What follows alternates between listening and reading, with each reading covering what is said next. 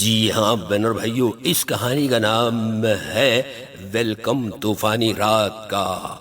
बनर भाइयों, इसमें कलाकार हैं अशोक कुमार, नीलू प्रेमचंदानी और यासीर नूरानी। ऑडियो एडिटिंग की है हमारे यासीर नूरानी जनाब। तो आइए हम सुनते हैं वेलकम तूफानी रात का सीन, खुद सुनिए। माह रमज़ान का समय था। मुझे एक ज़रूरी काम से लखनऊ शहर से दिल्ली शहर जाना था।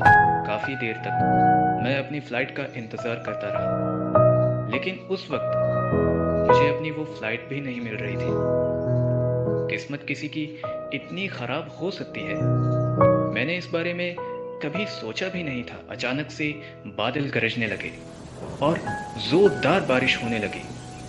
मेरे पास किसी भी तरह का कोई भी रास्ता नज़र नहीं आ रहा था। समझ में नहीं आ रहा था कि मैं करूं तो क्या करूं।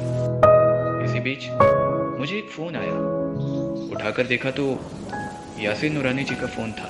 जब मैंने उनसे अपने बारे में सारी बात बताई तो उन्होंने मुझसे कहा, क्या है, आप भी कमाल करते हो।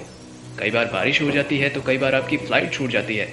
अरे अशोक, आप मुझे एक चीज़ बताइए। कभी कभार आपकी बारिश हो जाती है, कभी कभार और एक मसला, कभी कभार आप कह रहे हैं मुझे म्यूज़िक अच्छा नहीं होता है। ये क्या मजाक है? तो अगर आप इस रास्ते पर खड़े हैं तो यहाँ हमारे घर आ जाओ। मैं आपको लोकेशन सेंड करता। क्या कर रहे हो? आ जाना हमारे घर। ऐसा करो, आज रात आप हमारे घर ठहर जाओ। जैसे सुबह हो आराम से चले जाना, हम आपको छोड़ देंगे। ऐसा लगा जैसे उम्मीद की नई किरण जाग गई हो। पास से एक बस गुजर रही थी। मैं उस बस में बैठा और जम्मू कश्मीर शहर पहुंच गया।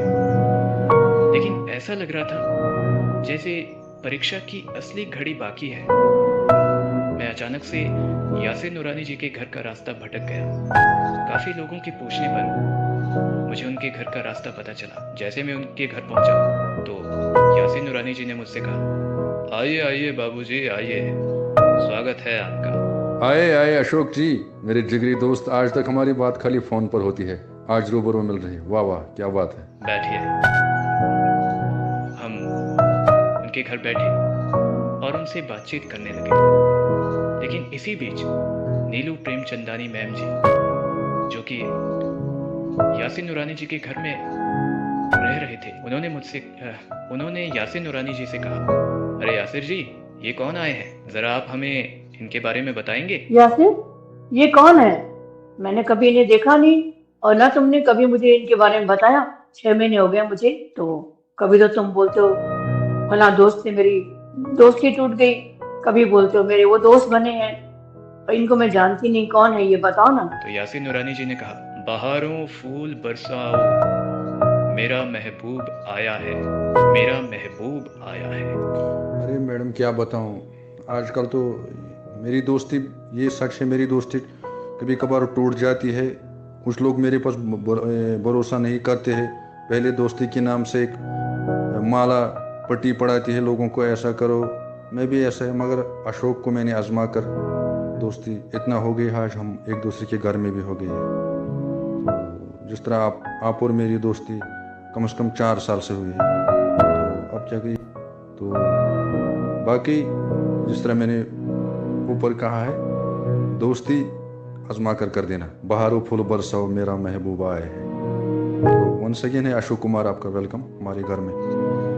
मेरा वेलकम उनके घर में इतना जोरदार होगा, मैंने इस बारे में कभी सोचा नहीं था। मैं अपने आप को कोसने लगा कि क्या से क्या वक्त मेरा आ गया। एक वक्त ऐसा था जब मेरी किस्मत इतनी खराब चल रही थी, मुझे फ्लाइट भी नहीं मिल रही थी और बारिश होने लगी। लेकिन जैसे मुझे एक दोस्त मिला, उनके घर में मेरा वेलकम कुछ इस तरह से, मैं बहुत हैरान हो गया। किसी ने सच कहा है कि अगर सारे दरवाजे बंद हो जाते हैं तो भगवान एक खिड़की खोल देता। बहुत खूबसूरत। ये कहानी समाप्त हुई है। इसको दोबारा सुनने के लिए हमारे पर्सनल चैट पर फीडबैक दीजिए। जो ग्रुप में सुन रहे हैं वो ग्रुपों में फीडबैक दीजिए।